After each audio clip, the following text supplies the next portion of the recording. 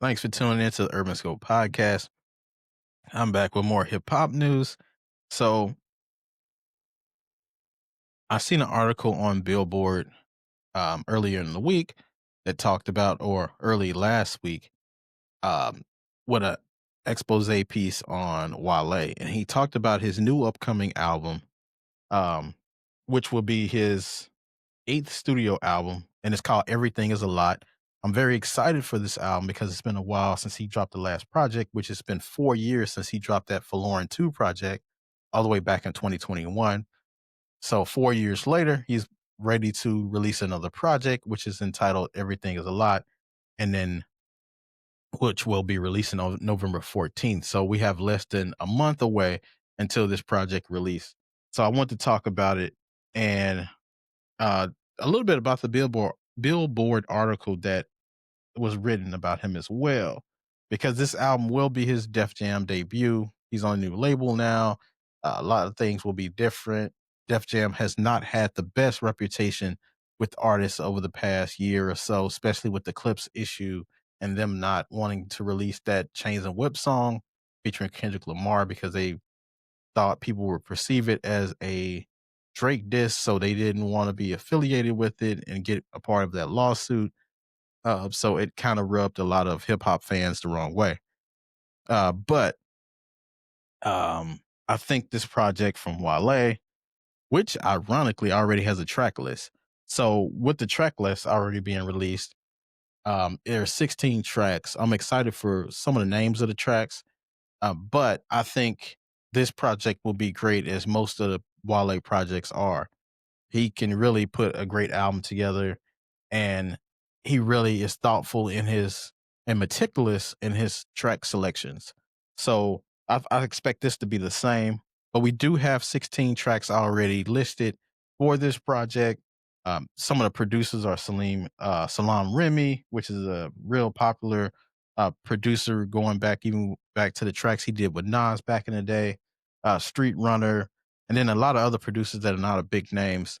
So I think this project, just from looking from the track list and the article, I think this album is going to be very introspective because as most of his albums are anyway, but the titles just speaks to everything, everything is a lot.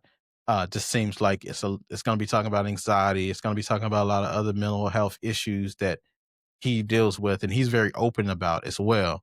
He's one of the most honest artists when it comes to introspective and mental health and just his overall feelings.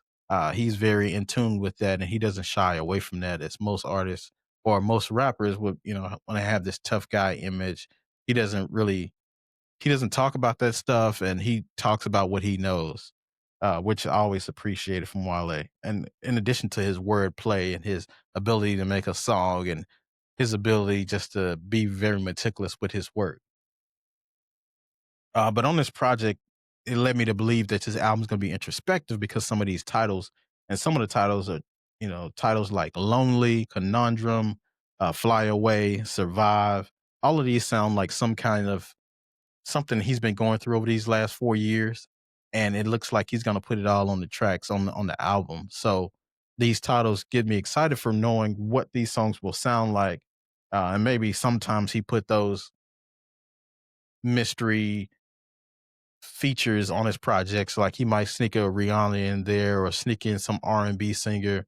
That Love Hate Thing song is one of my favorite tracks from him because of the hook and the subject matter that he talked about. And he's very cognizant of the way he puts his message out there, especially being a huge advocate for mental health. And Wale might be the one of the biggest or the biggest advocate for mental health openly. Other artists might talk about it, but they don't really put it in music like he does. And he actually puts it in a way where people can understand it and understand him. Because if you listen to his albums, you'll be able to understand Wale and his personality, even without knowing him. He puts it all on the music, which is true art, and that's his art form. But going back all the way to his first album, Attention Deficit, he's always been telling us about mental health. Even the title, Attention Deficit, speaks to that. But a lot of songs on that project were very emotionally charged from a mental health standpoint of just talking about different aspects and how he feels and with the things that he is going through. Because prior to that album, he was more of a, so to speak, backpack rapper that talked about different social issues, and he still does that as well in his projects. But I think his music is centered around mental health. I think he does the work and get he gets the help. But I think music is another avenue for him to be able to express himself to actually make things make sense for him. And then with one of the best discographies ever, I think it's amazing to see him to be able to talk about these things and still be successful. Just because he's a cool, laid back guy, his wordplay is amazing.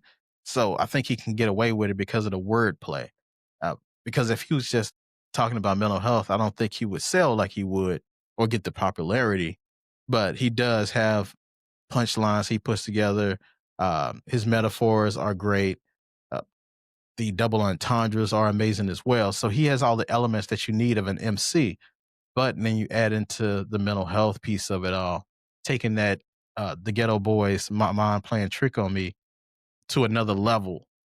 Bringing it, making it a part of his repertoire in his arsenal for his MC.